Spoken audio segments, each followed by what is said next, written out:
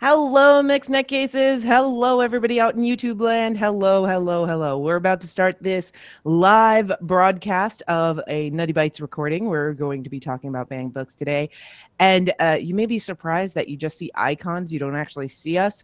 That's because we don't have our cameras on today. And so what would be good for you is just leave us on in the background. Just think about us as just audio. There's no visual component to this one today, and this will be a lot closer to what you'll hear in the MP3 feed. If you just want to listen, you can wait for the MP3 feed or just listen now. Okay, I'm going to introduce us now. Hello, Mixed Nut Cases. This is Nuke Joss, and I've got a nutty debate, well, maybe, for you today.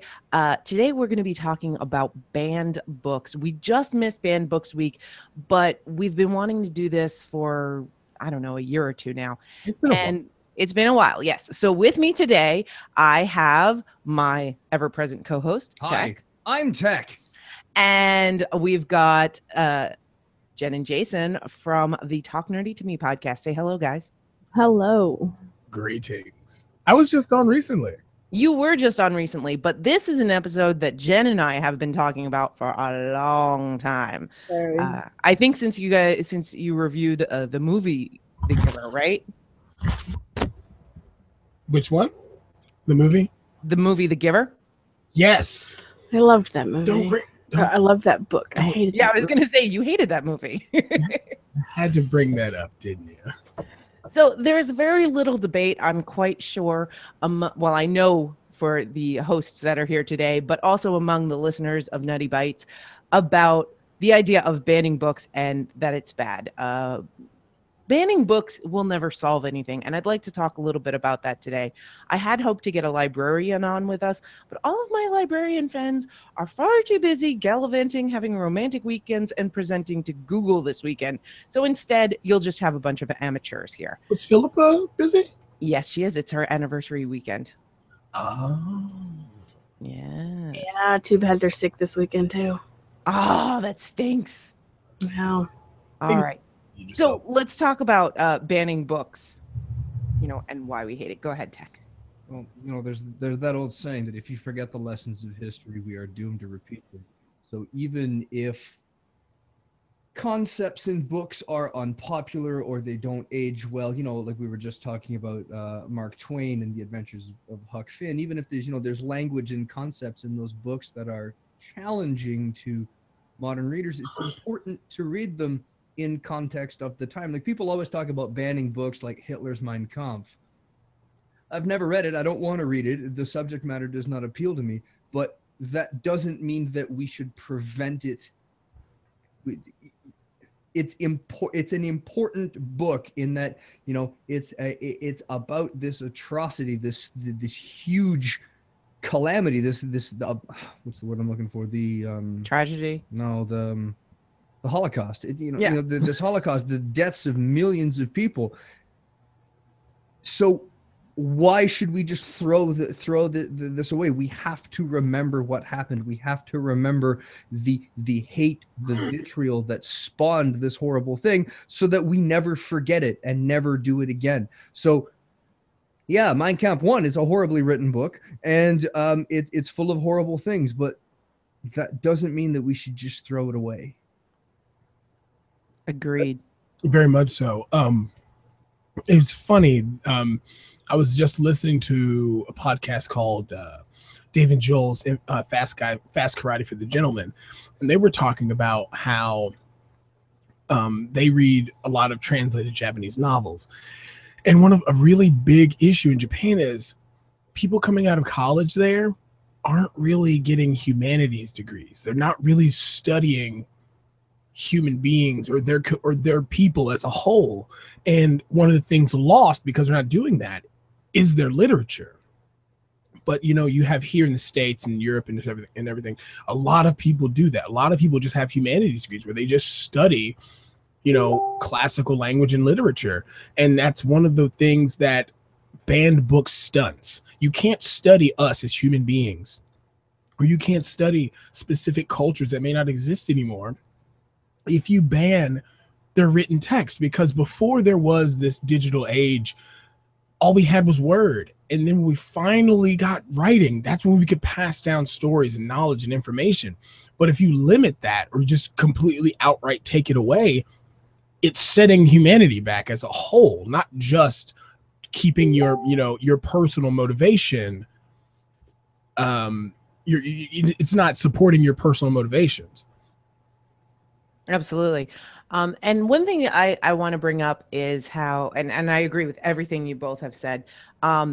The reason why I wanted to get a librarian on is librarians have always been at the forefront of fighting censorship. And a lot of people don't realize this, but librarians back in history have been adamantly saying no to censoring anything, and banning books is censorship. This is directly from the American Library Association policies.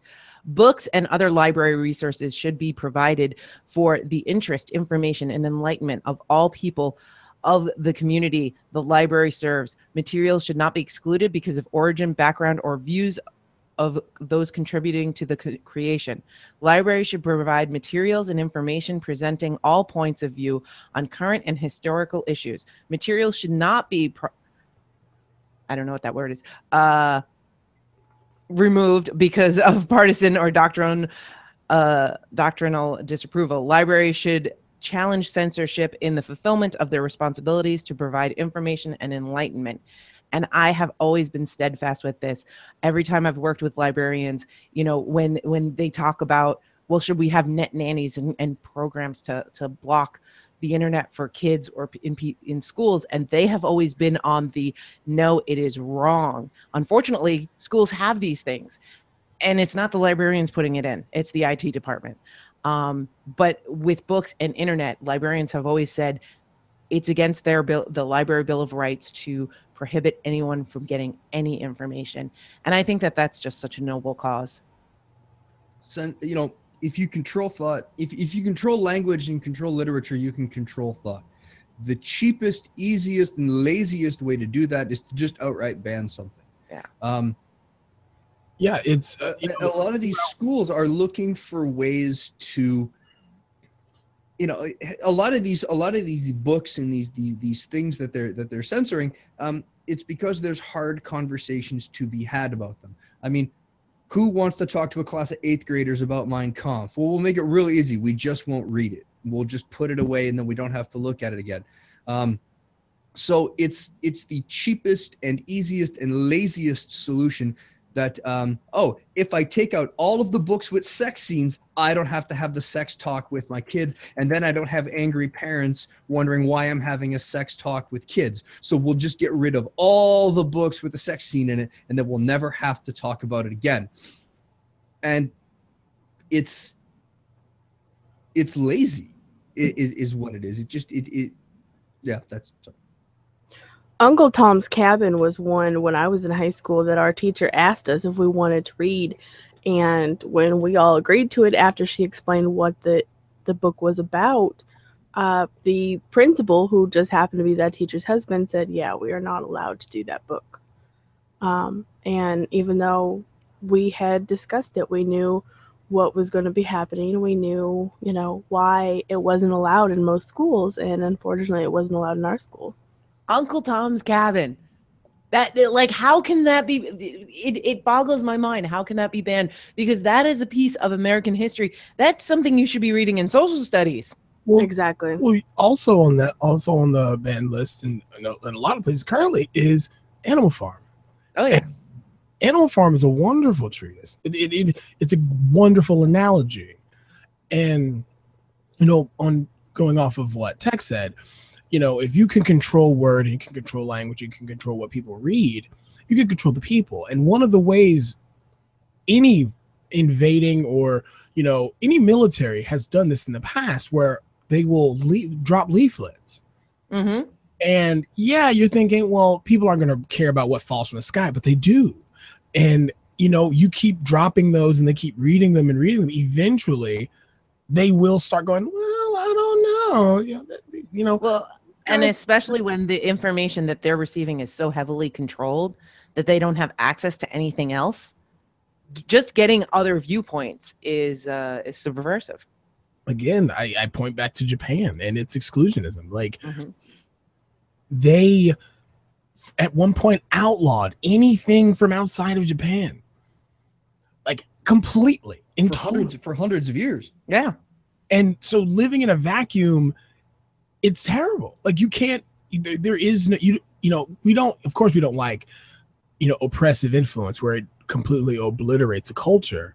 But cultures do learn and grow from one another. And if you exclude yourself from the rest of the world, you will basically, once you come out of it, it's going to be some major cultural shock. Like Japan. Go ahead. The time I spent in Afghanistan, and a country with a 70% illiteracy rate, the people who could read were the people in power. Mm-hmm. And when something like that happens, they could hold up any book and just look at the crowd and say, this book tells us that we hate Americans and we have to blow them up. Well, it didn't really say that. But if nobody else can read and nobody else has access to literature, I've said it since my first tour there in 2003, we can't win that war with bombs. We need to win that war with books. Literacy is the key. If you have people that have the freedom to pick up any book, crack the spine, and read what's in it, and make up their own minds as to what's going on, you'll see this oppression and these conflicts go away, because the people aren't being snowed into thinking that, into thinking whatever the person in power wants them to think. It's like, well, the guy told me that this book says I have to kill Americans, but, the more I read it, the more it doesn't say that. So I'm not going to do it. And yeah. I really think that literacy is the key. Banning books is stupid, and we can win that war and many other wars. I'm a weapons tech. I fix guns for a living for the Army, and here I am talking myself out of a job. Really, good. We can win wars with books, not guns. It's true. I'm sorry. I just need to commend you when you said we're not going to win this war with bombs. We're going to win it with books. Like I'm starting to tear up here because I really believe that. Mm-hmm. Well, no, I really believe that. He's absolutely right. Because when as a cook in the Army, when I was in Afghanistan, we had local nationals that worked with us in the kitchen. They were our KPs. And one day I got a frog in my ass. I was like, sorry. I was like, I wonder. So we got a book, and it was actually, I think it was one of our cookbooks, and we showed one of our KPs a picture of a pig. And as we all know, they do not eat pork. It's against their religion. Mm-hmm. They didn't know what a pig was. He had no clue, none whatsoever. And I was absolutely astonished. And I guess it was cultural shock for me because with this culture, and there are highly intelligent people there. Like most of our translators are super smart, absolutely brilliant people, but they are like far few in between because the rest of the country, for the most part, can't read. So they can't educate themselves on things. Like, yeah, they understand that they can't eat these certain things, and they may recognize the word when spoken to them. But as for actually reading it and seeing and knowing what something is, no, they have no clue. Yeah. Absolutely. And we, for military guys, we have to let guys know, like say if they're Muslim or something or Islam, they can't, because they can't eat pork. We have to let them know. We just generally post signs for our guys. We'll just put, hey, this has pork in it, and they'll just leave it be. We couldn't do that for them. When the local nationals came in, we had to tell them because they couldn't read it. They couldn't, even if we wrote it in their native language, they couldn't read it.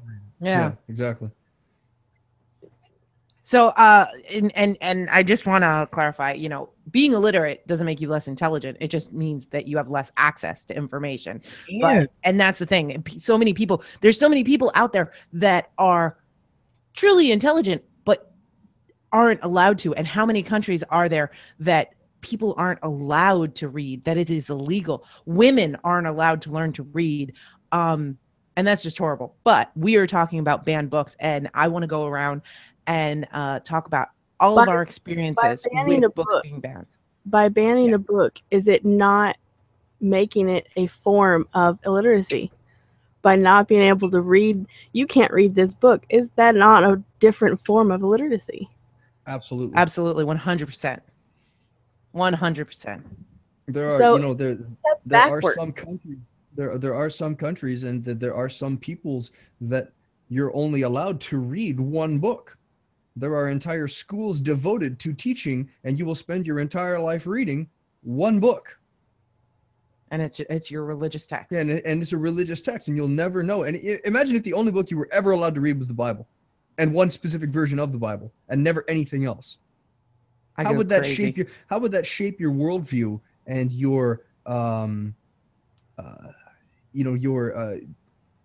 your width and breadth of information if you didn't have anything else? It would make you a very narrow person. Absolutely gifted in the study of that text, but nothing else. Yeah. Your world is going to be a square, and you don't know that there's technically no boundaries. Yeah, absolutely. So let's talk about all the experiences that we've had with banned books. Jen, you were talking about how Uncle Tom's Cabin was banned in your school. So, and you went to school in Alaska, right? Yes. Okay, so why don't you tell us a little bit about the different experiences and how much have you run into that where a book is just banned? Well, see, I grew up in Cake, and when I was there was about maybe 550 people, with a total of 50 people in the high school and just under 100 people in the elementary school. So you wouldn't really think that books where we really didn't have a very large library as it is would be a problem to get. But when our English teacher, we were in 11th grade, her son was in my class, her husband was the principal, she said, this is a book that I believe everybody should read. I was white growing up in a native town. I knew what prejudice was. I knew what racism was, of course. And so something like this, I mean, we all knew, we all felt racism at one time. So when she suggested we read Uncle Tom's Cabin for a project in school, it wasn't seen as a big deal. Mind you, we did not have many Black people in town. We literally had one. And so it was supposed to be a different view for us. And we were told we were not allowed to read it in school. So our teacher still had ended up ordering the books with her own personal money. And right after school was like, if you want to read this book, here it is. It was not done on school time. It was done on personal time, because she felt that it was stupid to ban something that would educate you on what used to happen, what still happens today, maybe not as horribly, but it was just something she felt everybody needed to hear, needed to read, needed to, experience. Absolutely. And that's awesome. I love that she did that. That's a hero. The teacher's amazing. So Jason, did you run into books being banned growing up? No, see, it was a little weird for me because in Virginia I think it's a nationwide program, but we had magnet schools, and one of the things that I had been in magnet schools all of my early schooling, and one of the does that not surprise me? And one of the things they did in my elementary school was they had a thing called the Reading Olympics, and it was probably the most competitive thing nerds could do at the time, which was basically play Jeopardy after you read a list of books and it was just questions about the books, and we had a plethora of books on there. Of course we had Rolling Thunder, Hear My Cry. Of course we had the one that they just made the sequel to Kill a Mockingbird, which is a banned book. Yes. We had To Kill a Mockingbird. We had so many, just a plethora, and none of them were the things of the time. There was no R.L. Stine, there was no K.A. Applegate's Animorphs, none of that stuff. This was all, War of the Worlds. This was all stuff like that, and classics. And we had a ball. Well, the school didn't ban books; they just kind of stopped doing the Reading Olympics. Oh no. So it wasn't that they stopped us from reading; they just didn't give us. They didn't encourage it. Exactly. Yeah. They stopped encouraging the reading, and then more or less the reading in our actual classes just kind of became either what was in the book, or they were just like, well, you'll read it in high school. I heard that a lot. Heard that a whole lot, actually. And let me guess, you didn't read half the books in high school. No, I think honestly, I read no books in class in high school. We had book reports, so we could choose and write whatever we wanted.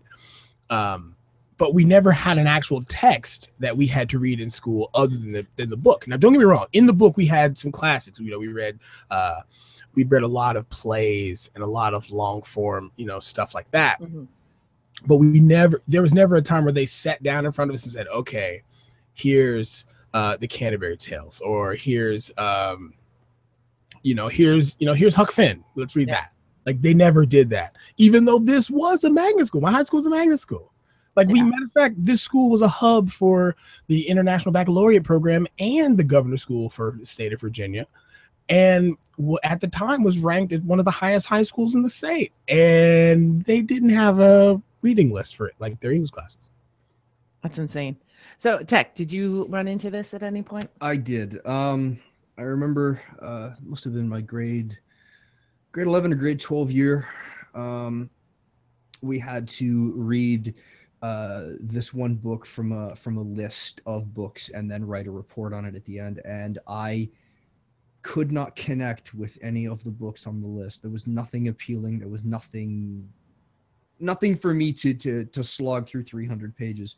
And I went back to my English teacher, and God bless her, Linda Payne. She was a wonderful lady and a wonderful English teacher. That there's nothing in here for me. I can't read any of these books. What can you do? And she says, well, we have a book here that the school board won't let us teach anymore, and it's not in the curriculum, but I'm going to let you read it. I'm warning you now, it's the hardest book you'll ever read, but if you make it to page 30, you'll finish the book. And she handed me a copy of A Clockwork Orange. Very and good. She was right. It was the hardest book I've ever read, because it's not in English. It's in this made up, like, futuristic teenager slang. It's written in Droog. Yeah, it's written in Droog, and it's written, as the character's memoirs. It was wonderful. It was eye-opening. It was shocking. It was scary. It was a horrifying book, which they don't want to teach. They don't want kids learning it in the school board I was in, because, well, it deals with rape and it deals with violence and it's murder and these horrible crimes that happen. Well, guess what? I read the book. I'm not a rapist, so I haven't murdered anybody. So the fears are unjustified. I loved the book as much as it scared me, and I wrote a pretty decent report because this one English teacher decided to skirt the rules and let me read it myself. And another example, banning books. When I was in elementary school, they banned the books of Roald Dahl. And we were no longer allowed to read Charlie and the Chocolate Factory, and you guys are going to love the reason for this. Because Roald Dahl commits ageism and treats, and Charlie's grandparents, they're in bed. Well, that old people are not infirm, bedridden people, and that Roald Dahl negatively stereotypes old people, so we can't have this in schools, and they stopped teaching his books. Wow. Yeah, I know. How ridiculous is that? Yes, they are. Yes, it's ageism when at one point this dude is floating around. But the fact that you could have, you could stop that entire argument by having a 10-minute discussion with the class of, okay, well, the grandparents in this are portrayed as, being sickly and bedridden. Well, maybe that's because of the times and the world that he's trying to write. And let's talk about diseases like polio and dysentery and all of these things that were affecting big cities at the time. And do we know any people that are like this? Are old people different than how they're portrayed in the books? How are they different? Oh, so why is it important that they look like this in the book? There, I just asked 3 questions and I've gone through the entire the entire discussion that you could have with the class. But you know what? It's a lot simpler and lazier. We'll just not teach the book. Yeah. Well, the book also portrays these grandparents that were technically bedridden are up and moving around again with life reinstilled in them. So, I mean, wouldn't that show that, hey, they may be older and it may seem like they can't do a lot, but You can they cure can do. old people diseases with candy. That's lessons I've learned from that book. So it's one I've noticed a common thread here, and it's teachers. And it's a real flip of the coin whether or not a teacher's a good teacher, or they're just kind of going through the motions and doing what they're obligated to. And I think it's a real problem, and it's really bad problem, because I think there's a divide. Whereas, you know, I think when we were younger, our parents kind of had a far closer relationship with our teachers. Whereas now it's almost as if teachers have become that babysitter during the early parts of the day while parents are either working or trying to get things taken care of for when the kids come home. And I think teachers are having a problem with that. Although I do know teachers who embrace that, because I think they feel that they can, if you're trusting them to take care of your children for this amount of time, then they're going to enlighten them and show them things and help them, you know, usher them into world experiences. And I think that one way to do that is through books.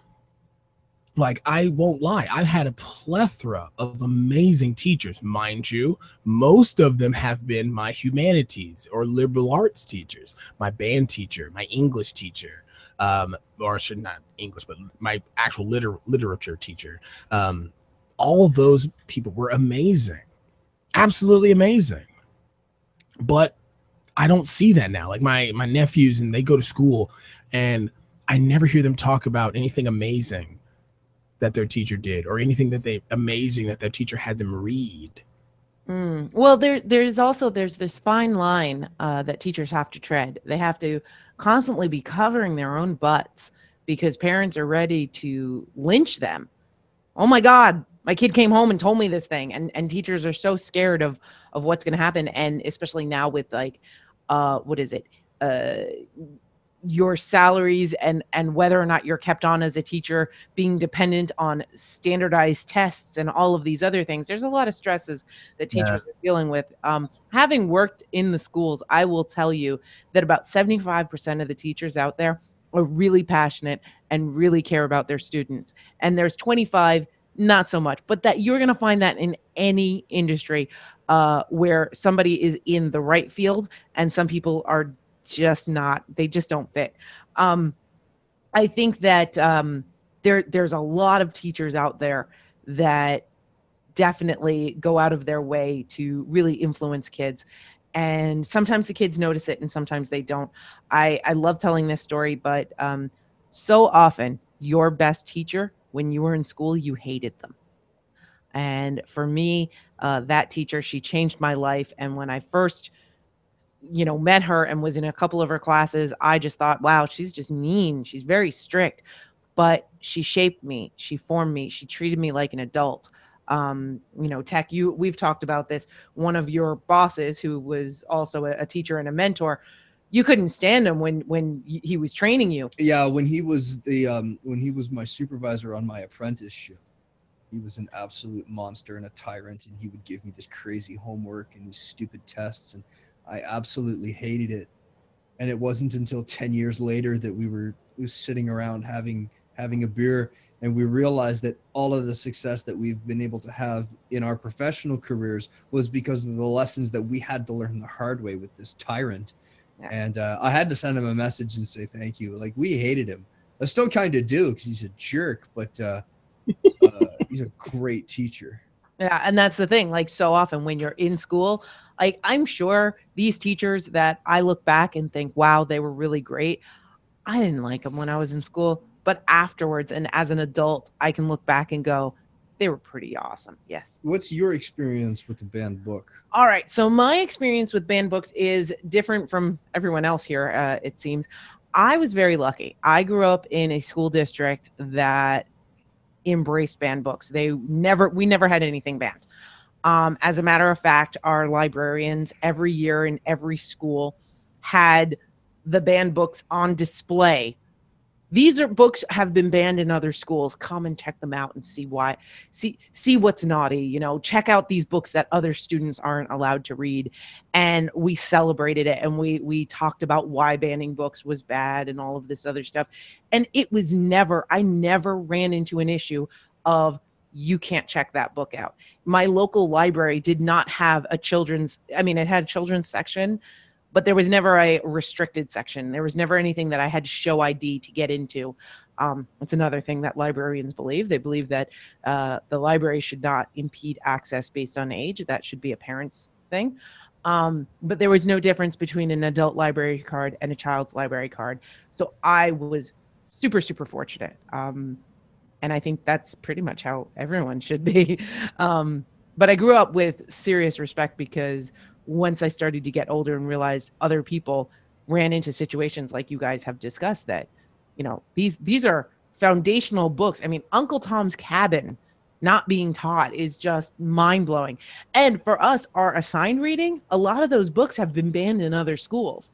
I Know Why the Caged Bird Sings, Black Boy, like all of these things, Huckleberry Finn, all of these things banned out and out all over the place. And now I want to talk a little bit about the actual banned books themselves. And I want to start with Huckleberry Finn, because Jason, you told me Huckleberry Finn has a particular distinction. Oh yes, it's just sitting on top of the pile. And it's funny because, matter of fact, we were driving to go pick up my check yesterday, right? And I was like, hey, Jim was like, yeah, I was doing some research. And she was like, she read me this snippet out of off this article about how that Huck Finn is one of the, if not the highest challenged or banned book. And mainly for one reason and one reason only. Huck Finn's, well, he's basically his best friend in the book, Inward Jim. Mm-hmm. And I was laughing. I was like, and they were saying that the book instills racism and endorses it and all this other stuff. And I'm like, did they never read it? One of the things that Huck Finn just can't wrap his brain around is why people have a problem with his boy Jim. Like, exactly. It's a common thread in this whole thing. And the best part is that Jim tries to explain it to him. Jim tries to tell him, like, hey man, everybody's not like you. Matter of fact, the majority of people where we hang out aren't like you.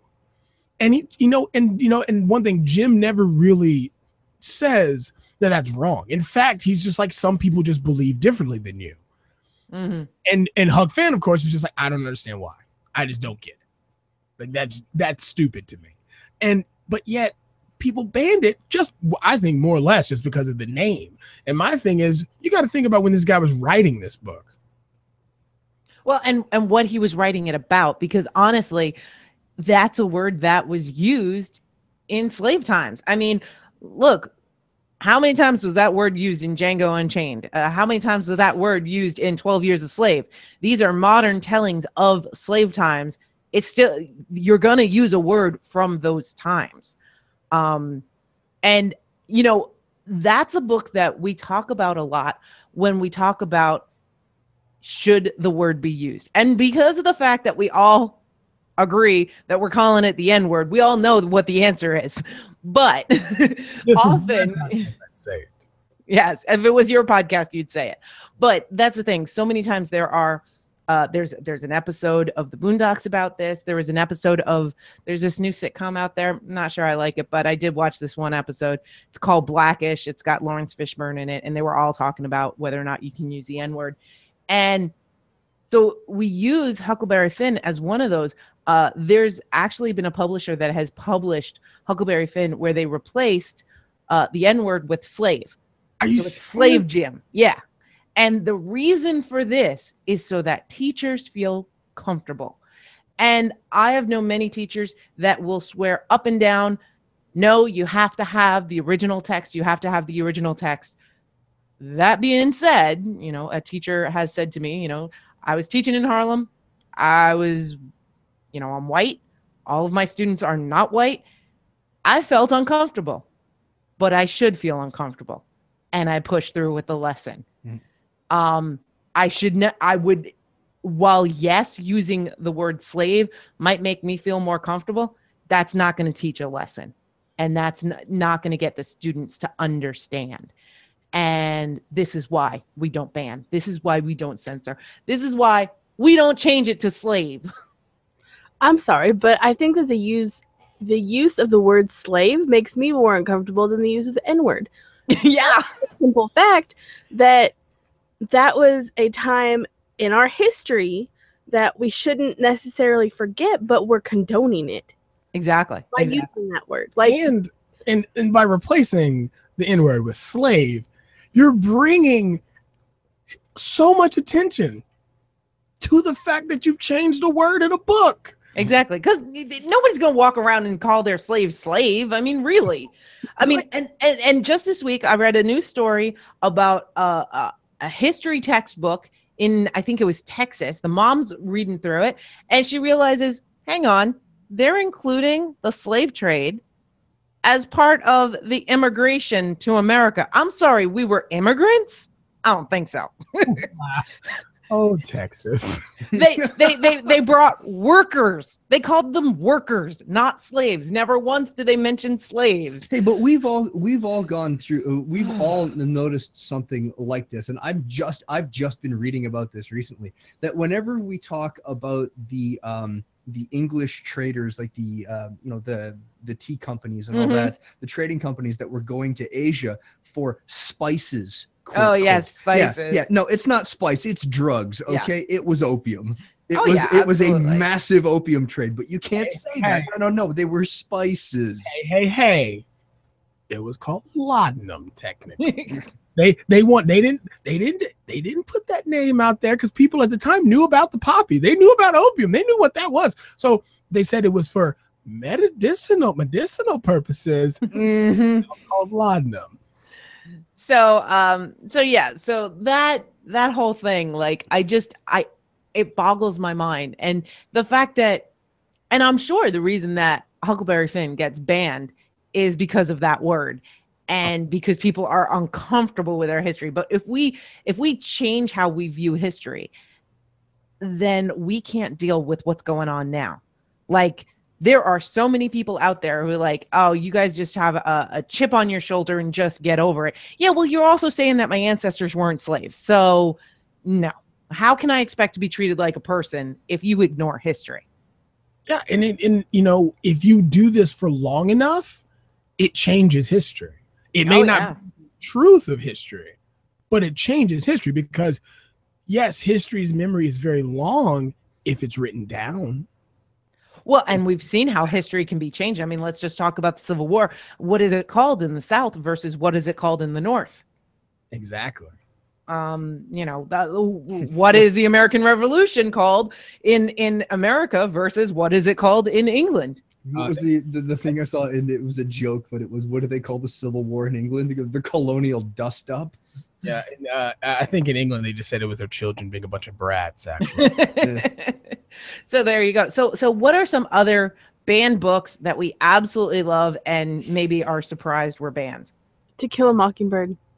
Yeah. I can't understand why that'd be banned. That's a wonderful book. I thought so too. It was totally in my high school curriculum. Well, We read it as obviously, a Mine too. Yeah, Well, mine too. They don't want strong female characters or a savior black man. Just saying. They don't want it. They don't want it. It's a trend, right? In literature, it started out damsel in distress, knight in shining armor. Then you get things that are kind of out of the ordinary. To Kill a Mockingbird, highly intelligent female character in that, very independent. In fact, one of the things that she's known for in the book is being kind of a rascal, kind of being, out there, like, and going against her father's wishes. Kind of gets her in a little bit of trouble. Same thing in Rolling Thunder, Hear My Cry. The females in those books, very independent, very vocal in their opinions, kind of gets them in a little bit of trouble. But I'm going through this list of. Sorry, go ahead. Oh no, I'm just saying they're wonderful characters, and I think when you have very independent, outspoken characters, again, it makes people uncomfortable, especially with the status quo at the time. I'm going through this list of banned books here, and I'll tell you, the one that annoys me that it's on this list is Slaughterhouse-Five by Kurt Vonnegut. Yeah. How could you ban that book? Now, yeah, I can't remember what the reason is. Nutty, what was the reason they banned it? There's a couple of different reasons for different schools. One of them was that it portrayed America's actions during World War II Right. in a less than positive light. Right. Yeah, the firebombing of Dresden, where the Allies killed 65,000 civilians in a night. Yeah, I can see why we don't want to talk about it, but it's an important piece of history that we shouldn't forget, because we made a mistake, and a lot of people perished. And it's easy for us to look at World War II and think of it that we're the superheroes and that the Germans, the Nazis, were supervillains.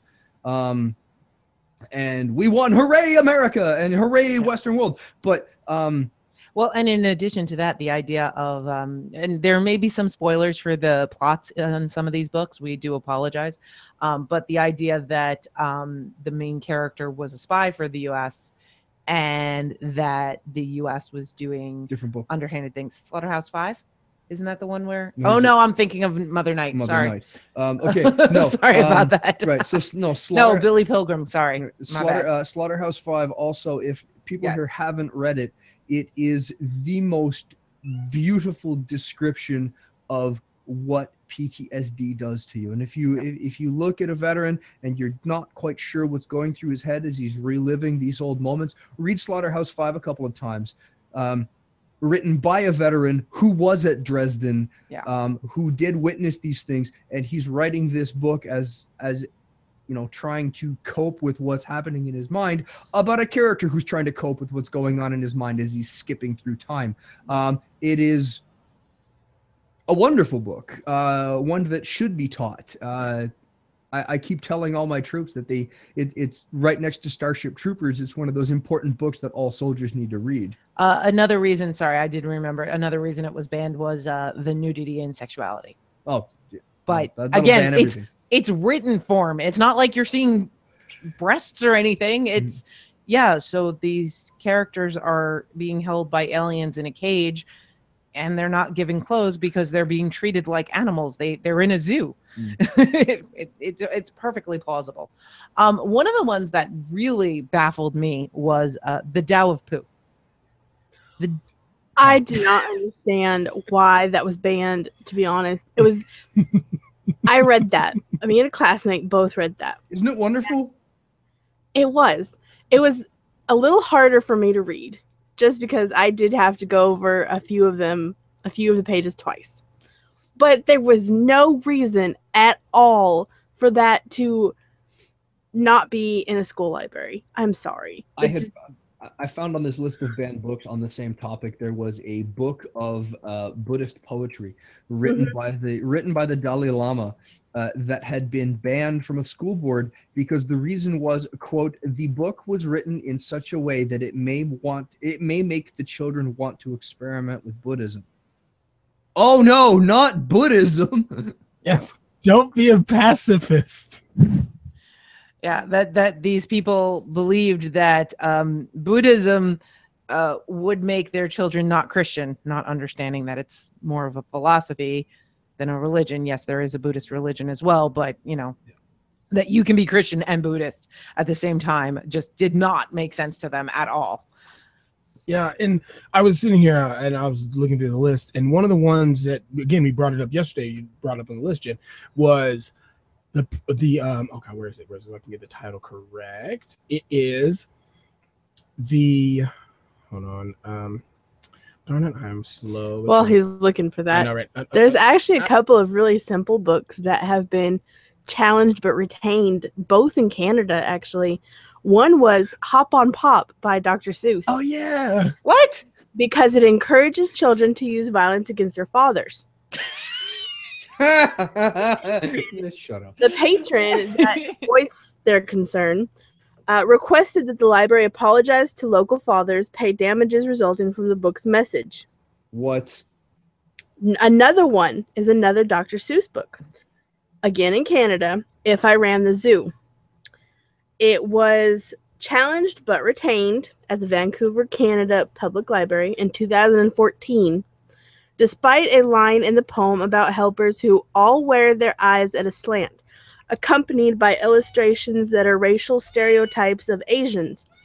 The book is often credited with the first printed modern English use of the word term or nerd in a sentence. The library will no longer read it at story time or promote it, other than as resource material and a study of how the portrayal of other cultures have changed over time. Yes, because Dr. Seuss is a rebel and a racist.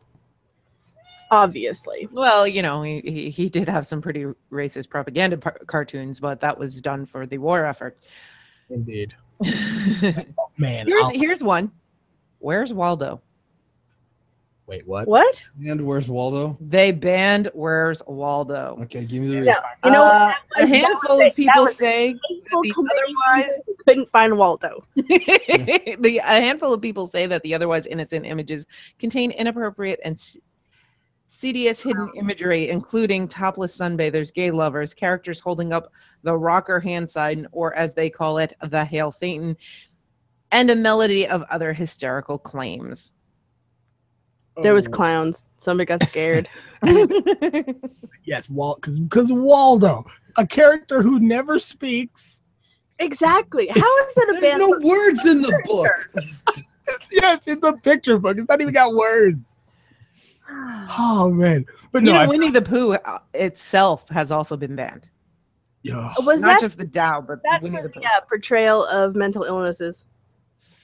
I'm looking it up right now. Winnie I the Pooh put finds Jake himself Down. at number 22 on the American Library Association's 100 most banned books classics list. Yes, read that correctly. Number 22.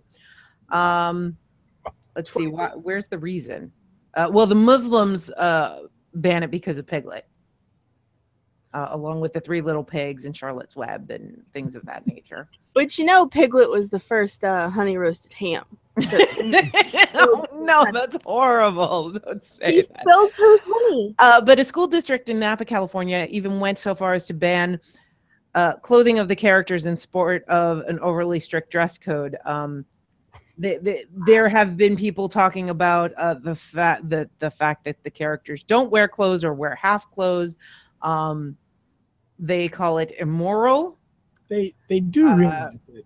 They do realize that this story takes place in the imagination of a lonely They kid. do realize that these are animals. They're not even animals. They're stuffed animals. They're stuffed animals. But they're still animals. Russia's Justice Ministry placed it on banned material and labeled it pro-Nazi because of the depiction of Winnie the Pooh wearing a swastika was discovered among the personal possessions of a known political extremist. So nothing having to do with the book.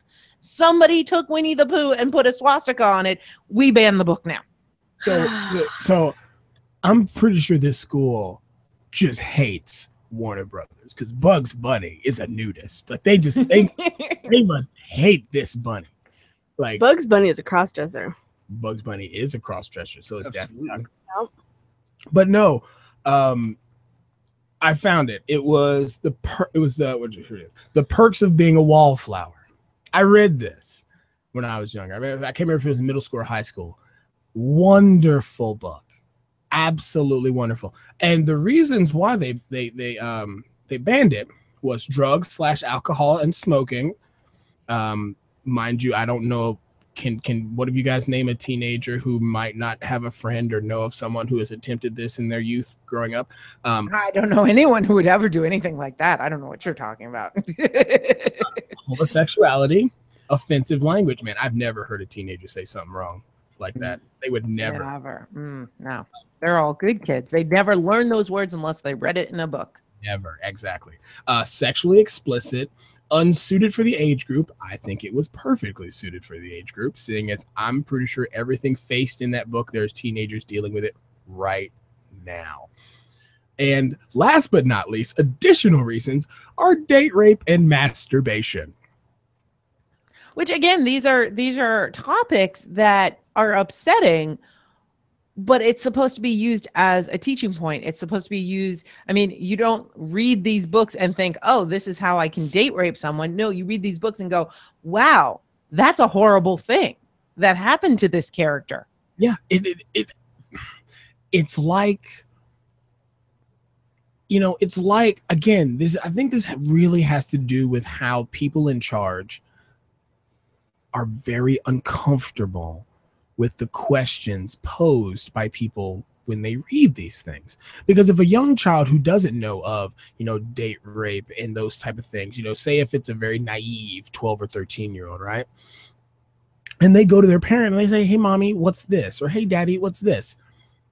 Then they start looking at each other like, oh boy, you shouldn't read that. Yeah, I'm not ready for this conversation. Yeah, instead of just fessing up and handling the conversation.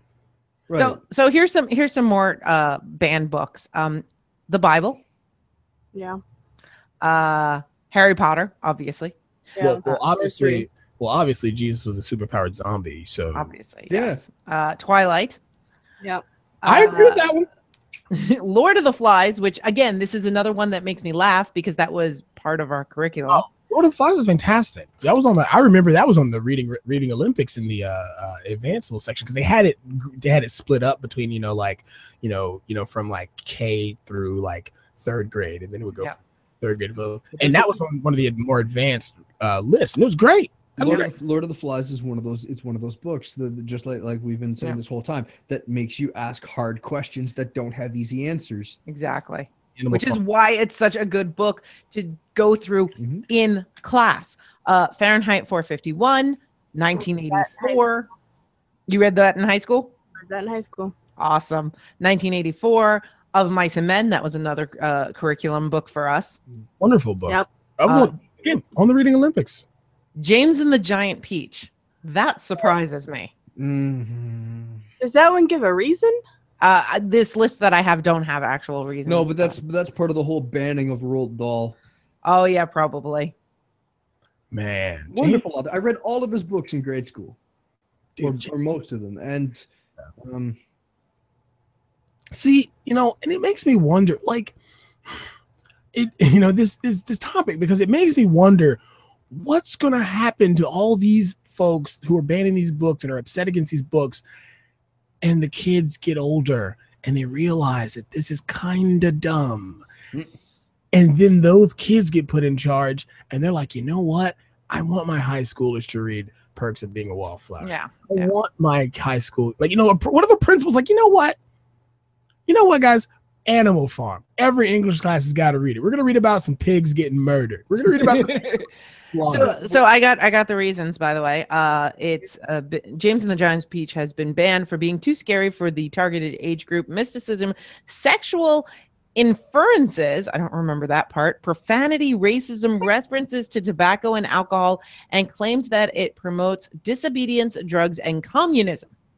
The sexual references is actually because a Wisconsin town made a reference to the spider licking her lips could be taken in two ways, including sexual. Other challenges involve repeated use of the word ass, which resulted in a 1991 challenge in Altoona, Wisconsin. A woman in Florida took issue with Grasshopper's statement, "I'd rather be fried alive and eaten by a Mexican," as well as references to snuff, tobacco, and whiskey. Wow. You just talk about not knowing your cultures. Yeah. Grasshoppers is still a main diet statement in a lot of the world. A lot of the world, yeah. I don't. Bear Grylls would disagree. He would love to eat a grasshopper. Yeah, wash it down with his own pee. Yep. This conversation is making me angry. It makes your head hurt, right? Like, because here's the deal. I'm pretty sure the people banning these books read them as and were offended. Oh my goodness. The spider licked its lips. Oh, I must clutch my pearls. First off, they should probably be questioning why they're offended by that. There's only one of two reasons. One, they're afraid of spiders, or two, they're aroused by spiders, a humanoid, animalistic spiders. So they might want to question why they're offended by that material. Just saying. We can't have any references to drugs or alcohol. All right, well, we're going to sneak off after class and go smoke behind the gym. We'll see. Absolutely, yeah. Won't someone please think of the children? It's all part of this this trend towards well, you guys have all heard of helicopter parents. I've that hover over their children and protect everything that they're exposed to. I heard of another one that's even better, and I've witnessed parents that do this, what they call bulldozer parents. That remove all obstacles in front of their kids because I have to do everything for my kids. I'll do anything for my kids. These are the type of parents that go to their kids' job interviews. You know what? But these are also the same parents who want to protect their kid from everything, but won't get them vaccinated. Oh, all right. That's a different topic, though. Oh man. But Cool. yeah, there's so many really good books that have been banned, and I recommend people read them. More on this list, by the way. Alice in Wonderland. Yep. Oh, I'm pretty sure that was because of the psychedelic references. Yeah. Oh, yeah, there's drug use all over that. Pride and Prejudice. I mean, I'm sorry, that book is so boring. What could you possibly ban? Maybe the Pride and Prejudice and Zombies I could understand. That was fun. One that I saw on the list here as well was Lady Chatterley's Lover. Oh yeah, yeah. By the way, it's not as hot as you think it is. It's just boring and pathetic. No, there's a lot, dude. There's a prime. I would love to know if Moby Dick has ever been. Oh yes, absolutely. Because that book is as boring as oh my god, it's like watching paint dry. I read that book in the 3rd grade. Dude, that was I've had some struggles reading through books. Moby Dick is the one book I could not surmount. It was awful. And I'm not saying, and yet you can read hard science. I can read hard sci-fi any day of the week, but my god, was it boring. Whew.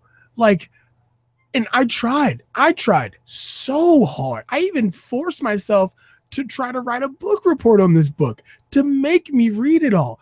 And I got halfway through to the part where it stops, where the book literally stops, and it just becomes this pamphlet on how to slaughter a whale. It was banned in Texas because it conflicted with their community values. Oh, Texas. What? Because you guys are mostly landlocked, you didn't think whales existed? So you're like, oh God, that imaginary creatures. Ban this book. Well, we can't shoot it, so we're banning this book. You could totally shoot it. I've got pictures. They just killed a whale up in closer to Barrow. Yeah, okay. Where the wild things are have been banned. Oh, they can kiss my ass with that book. Thanks, Jen. Now I gotta edit. Mine was quick and kind of low. Like, Books have been banned for less. by the way, Giver, since it was referenced earlier that the Giver was on the banned books list, why was the Giver banned? More ageism? It was probably banned. Euthanasia? No, he was given sexual references in there after he stopped taking his pills. And that book, I really don't know much past that though. my thing is, I would say when he comes off his pills, he starts hitting puberty hard. Like, I'm pretty sure that's basically really all it that's was. So are they trying to say teenagers shouldn't go through puberty? Because I don't think you can stop that. The most in the late 90s, some of the most common objections were over violent and sexual scenes, infanticide, euthanasia, and sexual awakening. Sexual So awakening. puberty. Yeah. Man. I understand the infant death one. Like, that was a bit rough for me, but I mean, I watched you, baby. Oh, and in 2001, it was banned for violence and occult themes. A cult? Yeah. As in like supernatural stuff, or like a cult? Like an actual cult? as in like an entire Occult, as in supernatural stuff, yes. No. She said supernatural stuff. Not a cult, OCCULT, occult. Yeah. They're using magic. There's no magic in there. I know, I don't remember that. The top 10 challenges of 2013 include Captain Underpants Aww. Because they use the word underpants? for offensive language. So There you yes. The Hunger Games for having a religious viewpoint. Wait, what? Apparently. There was religion in that book? I thought that was one of the things that was banned in the dystopian society set forth in that book. I thought organized religion was banned. Yeah, but there you go, reading one of these books. You're supposed to ban them without reading them. Oh, right. Okay, yes. Perks of being a wallflower. Mhm. Well, we discussed that one. Which they made that a movie. Yep. Well, So they've made now lots of these I want to movies. know how the book compares to the movie now. Kite Runner. It's a movie. Kite Runner is a movie. Yeah. No Fault in Our Stars. Mm-hmm. Yeah, that's a banned book. Well, yeah, because matter of fact, she read the reasons for that one to me, and she said it was because the situations depicted the characters were going through. So basically, the kids dealing with the fact that they both had cancer and were dying was too. Yeah, too because much. there was a reference to cancer. It was one of the reasons it was banned. It's too much. Oh, Lordy. There's no- So the Call of the Wild has been banned that was for age inappropriateness. But my favorite is that it was burned in bonfires in Nazi Germany because it was considered too radical. If you've actually read The Call of the Wild, it's not radical at all. No. I think one of the reasons also was suggested bestiality. What? Yeah. Oh, They're dogs. It's The not bestiality if they're two dogs. The color purple was challenged for that makes sense. for offensive language. That one does make sense. Not that it should be, but it makes sense because there's a lot of extreme imagery in that. Bury My Heart at Wounded Knee is another banned book also. Yeah, I could see that one actually. I could too, but it's still... It just shouldn't be. None of these should be. I think we all agree on that. well, no. Tell them about that one that we came across. What was it? The tale of it was the half Native American or whatever. Oh, you're talking about True Diary of a Part-Time Indian. Yes. It was It's such a good Indian book. that went to a white school. Wait, say that again? It was an Indian that went to a white school. Yeah, he was And that's why it was banned? Yeah, he was half Native American, half white, and they basically banned the book because he was basically describing all the injustices put upon him, not only by white people, but by Native Americans, because he wasn't completely one or He the went to a other. white One school. of the reasons that they list here for that book is that it has depictions of bullying. Yeah. Yeah. Yeah. So does every Sherman Alexie movie, a book rather. Right. So it had depictions of bullying. Did those depictions make you feel uncomfortable? Yeah. Let's talk about that for a bit. Bullying is supposed to make you feel uncomfortable. That's It the made somebody point. feel guilty because they were bullying somebody else in elementary school. Yeah, see, I was, No. I was actually wondering if the bridge to Terabithia had ever been banned. And in 2002, two residents of Cromwell, Connecticut, wanted the book banned from middle school classrooms because they claimed that it promoted witchcraft and violence. They filed a petition demanding that the school's officials remove the book, along with The Witch of Blackbird Pond by Elizabeth George Spears, for similar reasons. As Naomi Chomsky said during a 1992 Chomsky. BBC interview, if we don't believe in freedom of expression for people we despise, we don't believe in it at all. Absolutely. What's that old quote of I never remember it correctly of the same lines that I don't agree with what you say, but I'll fight to the death for your right to say it. Right. Yes, absolutely. The Great Gatsby, another part of my curriculum, was banned because of booze influenced decadent lifestyle of the East Hampton socialites. It might be considered too appealing to the readers. Yes. Oh, yeah, like the ending of that book makes me want to go out and do what he did. Oh, yeah. Oh, man. I don't think these people have read these books. Because Rise here's above the your deal. position. here's the deal. Don't get me wrong. Mr. Gatsby had a little bit of fun in the middle chunk of that book. Didn't turn out too well. Not getting in elbow deep to the mob and dying. Spoilers. My goodness. Yes, I want to live the life of a rum runner. Like, yes, that's what I want to do. This book has taught me the ways of greatness. So these are just some of the banned books. I'm pretty sure almost every book out there has been challenged at some point. But these are some of our banned books that we have talked about, and we want to hear from the listeners. So tell us, listeners, what are some books that band that you really enjoy. Tell us your experiences.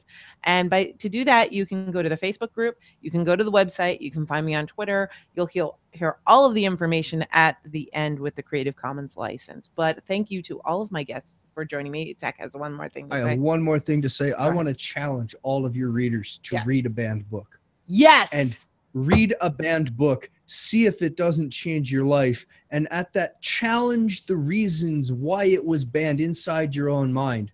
Okay, maybe the depictions of drug and alcohol, or maybe the occult nature of the book. Well, see if that's not there for a reason, and see if it doesn't spark any deeper questions in you. I think you'll be pleasantly surprised.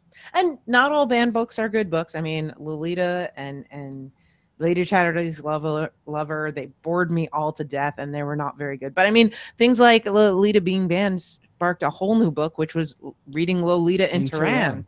Yeah, it's fantastic. So yes, read a banned book and see what it does, see how it changes you, and let us know about it. So thank you to my guests. Thank you for joining me. This was fantastic. We could probably talk for another 5 hours, I think. But please make sure that you visit their website. So Jen and Jason, you guys are from the Talk Nerdy to Me podcast. Please pimp yourselves out. Go ahead, Jen. Oh, please, after me. Yeah, after me. Yeah. Anyway, so you can find us on Facebook at facebook.com/talknerdy. No, nerdy to me. This is why Jason does this.